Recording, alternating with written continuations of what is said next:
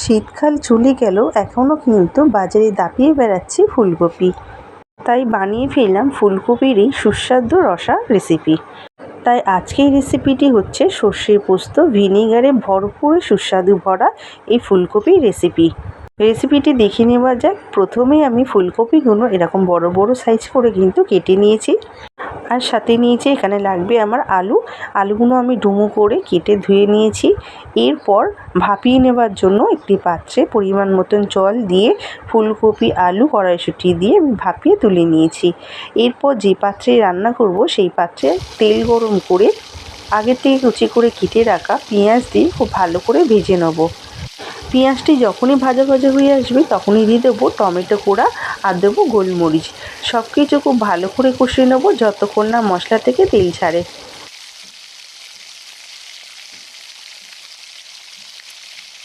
অন্যদিকে মশলার জন্য রেডি করব। মিক্সিতে নিয়েছি 1 চামচ হলুদ সর্ষে, কালো সর্ষে 1/2 চামচ, 1 চামচ পোস্ত, ঝাল অনুযায়ী লঙ্কা, নুন আর সামান্য জল দিয়ে মিহি পেস্ট করে নিয়েছি। এদিকে আমার মশলা কষিয়ে নেওয়া হয়ে গেছে। আগে থেকে ভাপিয়ে রাখা ফুলকপি আলু কড়াইশুঁটি সমস্ত কিছু দিয়ে সব কিছু মশলার সাথে খুন্তির সাহায্যে মিশিয়ে নেব।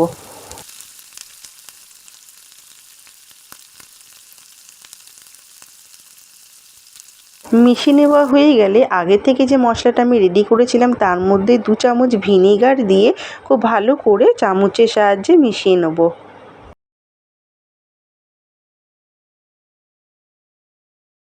এরপর সর্ষে পোস্ত ভিনেগার মিশ্রণটি ফুলকপির ওপরে দিয়ে হাফ বাটি মশলা দেওয়া জল দিয়ে খুব ভালো করে আবারও সব কিছুর সাথে মিশিয়ে নেব।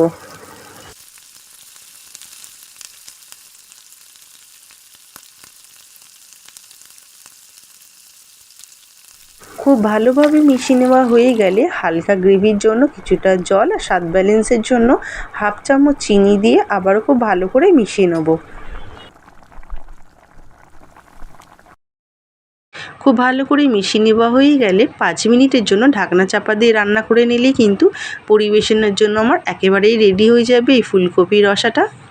তবে নামানোর আগে 1 থেকে 2 চামচ মতন সর্ষের তেল ওপর থেকে ছড়িয়ে খুন্তির সাহায্যে মিশিয়ে নিলে কিন্তু পরিবেশনের জন্য রেডি হয়ে যাবে এই সর্ষে পোস্ত ভিনেগারের সুস্বাদু ফুলকপির রেসিপিটি।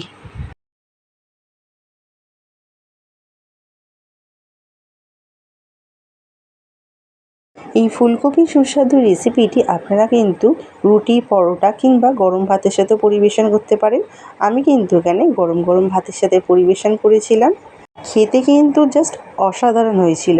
আপনারা একবার হলেও বাড়িতে ট্রাই করবেন। এই রেসিপিটি দেখে আপনারা বুঝতেই পারলেন যেমন কম উপকরণ লেগেছে তেমনি কিন্তু সময়টা অনেকই কম লেগেছে এই রেসিপিটি রেডি করতে। আজকের এই সুস্বাদু রেসিপিটি অবশ্যই বাড়িতে ট্রাই করবেন এবং আমাকে কমেন্ট করে জানাবেন যে আপনাদের কেমন লাগলো। সাথে আজকের ভিডিওটি যদি ভালো লেগে থাকে লাইক শেয়ার কমেন্ট এবং সাথে কিন্তু সাবস্ক্রাইব করতে ভুলবেন না। ফিরছি তাহলে পরবর্তী নতুনত্ব কোনো ভিডিও নিয়ে। ততক্ষণে ভালো খান, ভালো থাকুন, টাটা।